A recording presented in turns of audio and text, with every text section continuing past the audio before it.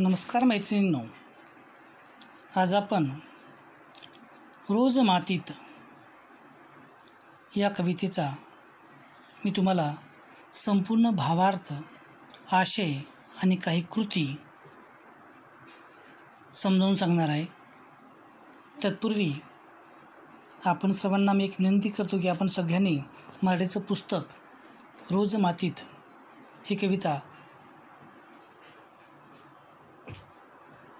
पुस्तक समोर ठेवून या कवितेचा भावार्थ समजून घ्यावा.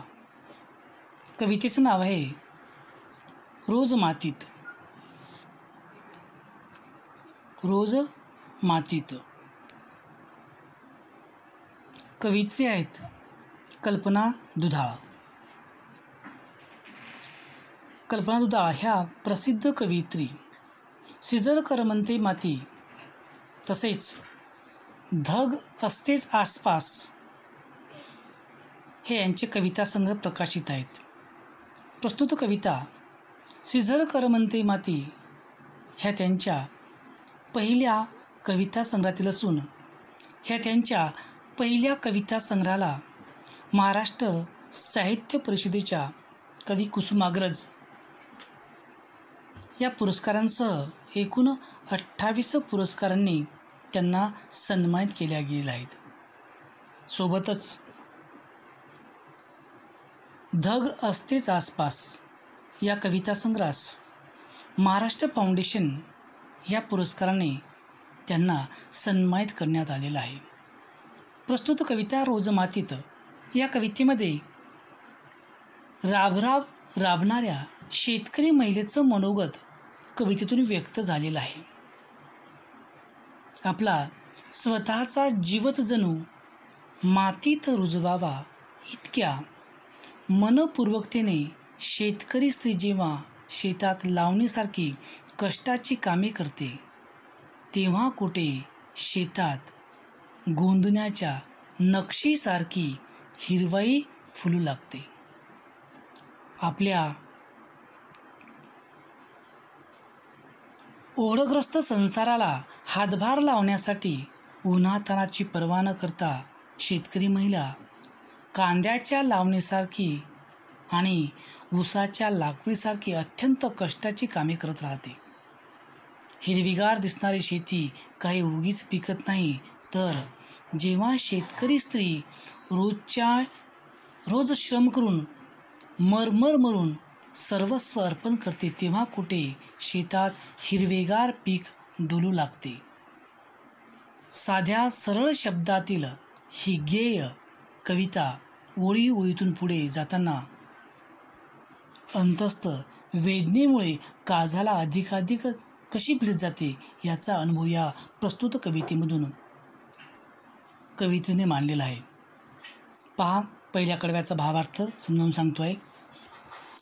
सरी वाफ्यात कांद लावते बाई लावते, सरी वाफ्यात कांद लावते बाई लावते, नाही कांद ग जीव लावते बाई लावते. काळ्या आईला हिरव गोंदते बाई गोंदते, रोज मातीत मी ग नांदते बाई नांदते. कवयित्री कल्पना दुधाळ वास्तवदर्शी साहित्य कृतीचं दर्शन घडवून समस्त कष्टकरी स्त्री जातींची महती, स्त्रींचे स्थान आणि बऱ्याच बाबतीत तिची उपयोगिता, क्षमता प्रस्तुत कवितेमधून सिद्ध केलेली आहे. प्रस्तुत कवितेत कवयित्री म्हणते की कांद्याची लागवड करताना नुसती रोपे लावत नाही, तर जणू स्वतःचाच जीव लावत आहे.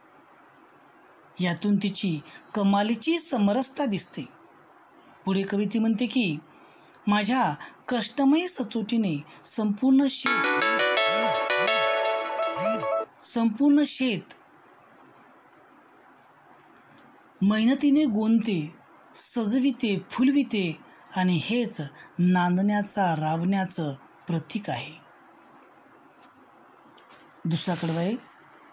फुल सोन्याची झेंडू तोडते बाई तोडते, नाही फुल ग देह तोडते बाई तोडते. घरादाराला तोरण बांधते बाई बांधते, रोज मातीत मिग नांदते बाई नांदते. कवयित्री म्हणतात, फुले तोडताना होत असलेली मनाची घालमेल, होत असणाऱ्या वेदना ह्या झाडांनाही संवेदना असतात याची साक्ष तुम्हाला या ठिकाणी देतात. आणि त्या मांगल्याचं प्रतीक म्हणून संपूर्ण घराला सर्व वाईट प्रवृत्तींचा नायनाट हो यासाठी तोरण बांधून घराला सजवते. असं दुसऱ्या कडव्याचा भावार्थ आहे. तिसरं कडवं आहे, ऊस लावते बेन दाबते बाई दाबते, ऊस लावते बेन दाबते बाई दाबते, नाही बेन ग मन दाबते बाई दाबते. कांड्या कांड्यांनी संसार साधते बाई साधते, रोज मातीत मिग नांदते बाई नांदते. ऊस लावताना, बेण्यावर पाय ठेवताना तिच्या नाजूक हळव्या मनाची प्रचिती येते. मी बेनच नाही तर जणू माझं मनच पायाखाली ठेवत आहे, ही भावना मनाला हादरा देते. पण हीच हळव्या मनाची कष्टकरी महिला प्रसंगी निडर बनते. उत्तम व्यवहारे या संत तुकाराम महाराजांच्या अभंगाची आठवण करून देते. बारीक सारीक बाबींची मोठ बांधून, फाटकं तुटकं नेसून, पोटाला चिमटा घेऊन काडी काडी करून संसाराची इमारत कष्टकरी महिला फुलवीत जाते. शेवटचं कडवं आहे, उन्हातानात रोज मरते बाई मरते, उन्हातानात रोज मरते बाई मरते, हिरवी होऊन माग उरते बाई उरते, खोल विहिरीचं पाणी शेंदते बाई शेंदते, रोज मातीत मिग नांदते बाई नांदते. कवयित्री कल्पना दुधाळ शेवटच्या कडव्यात सांगतात की, कष्टकरी स्त्री, मी कोणताही महिना असो, कोणताही ऋतू असो, दिवस असो वा रात्र असो, फक्त राबायचं, तेही नित्य राबायचं. या नित्यक्रमाचं फलित म्हणजे कष्टकरी महिला, कष्टकरी शेतकरी ती सर्व घराला समृद्ध करून मोकळा श्वास घेते. तिच्या शक्तीच्या अशा शेवटच्या कडव्यातून कवयित्री कल्पना दुधाळ यांनी कष्टकरी महिलेचं, कष्टकरी स्त्रीचं, तिच्या शक्तीचा, तिच्या क्षमतेचा परिचय करून देताना म्हणते की, खोल विहिरीतून पाणी काढणे म्हणजे जशी पाण्याला पाण्याची दोरी.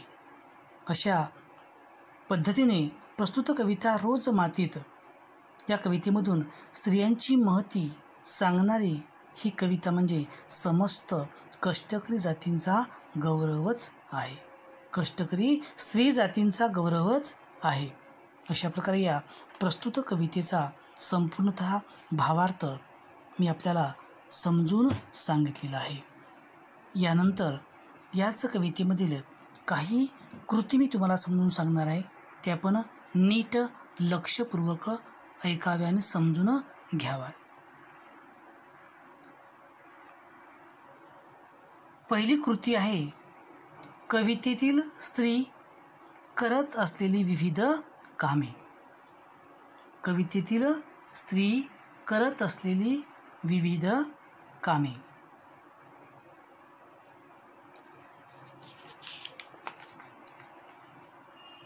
कांद लावणे, बेन दाबणे, फुलं तोडणे, विहिरीचं पाणी शेंदणे. दुसरी कृती आहे, कवितेतील काळजाला भिडणारे शब्द. जीव लावणे, देह तोडणे, मन दाबणे हे आहेत कवितेतील काळजाला भिडणारे शब्द. संदर्भानुसार योग्य जोड्या लावा. अगट आणि बगट. अगटामध्ये आहेत नाही कांद ग जीव लावते, नाही कांद ग जीव लावते. याची जोडी आहेत स्वतःचा जीवच जणू कांद्याच्या रूपात लावते. नंबर 2 आहे काळ्या आईला हिरवं गोंदते. हिची जोडी आहेत बगटातील गोंदनाच्या हिरव्या नक्षीप्रमाणे शेत पिकाने सजवते. 3 नंबर अगटामध्ये हिरवी होऊन मांग उरते. जोडी आहेत आतोनात कष्टानंतर हिरव्या समृद्धीच्या स्वरूपात शिल्लक राहते. पुढे आहेत खालील ओळीचा अर्थ लिहा. ओळ आहेत सरी वाफ्यात कांद लावते बाई लावते, नाही कांद ग जीव लावते बाई लावते. या ओळींचा अर्थ पुढीलप्रमाणे. प्रस्तुत ओळी कवयित्री कल्पना दुधाळ यांच्या रोज मातीत या कवितेतील असून कवयित्रीने कष्टकरी शेतकरी स्त्री ही कांदे लावतानाचे वर्णन केलेले आहेत. शेतकरी स्त्रिया ह्या शेतात राबत असताना त्यांना सर्वच कामे करावी लागतात. ती शेतात जमिनीची मशागत करण्यापासून तर ते कांदे लावताना जमिनीत सरे वाफे तयार करणे, कांदे लावताना स्वतःचा जीवच जणू कांद्याच्या रोपांच्या स्वरूपात लावते. हे या प्रस्तुत ओळींचा अर्थ आहे. पुढील भाग आहे काव्य सौंदर्य. काळ्या आईला हिरवं गोंदते बाई गोंदते या ओळीतील भाव सौंदर्य तुम्हाला स्पष्ट करायचं आहे. भाव सौंदर्य पुढीलप्रमाणे आहेत. रोज मातीत या कवितेमध्ये कवयित्री कल्पना दुधाळ यांनी काळ्या आईचे म्हणजेच भूमीचे वर्णन हिरव्या नक्षीप्रमाणे सुंदर केलेले आहेत. वसंत ऋतूमध्ये चराचराला लाभलेले हे निसर्ग सौंदर्याचे वैभव कवयित्रीने काळी आई म्हणजे आपल्या भूमीचं सौंदर्य अतिशय मनमोहक सुंदर गोंदनाच्या हिरव्या नक्षीप्रमाणे शेत पिकाने सजवलेली आहेत. जसं दागिन्याने स्त्रीचे सौंदर्य अधिक खुलते त्याचप्रमाणे पाणी, वारा, पाऊस हे जमिनीवर हिरवी शाल पांघरावी तशी हिरवळ फुलराणीप्रमाणे काळ्या आईला गोंदनाने सजवलेलं दिसते.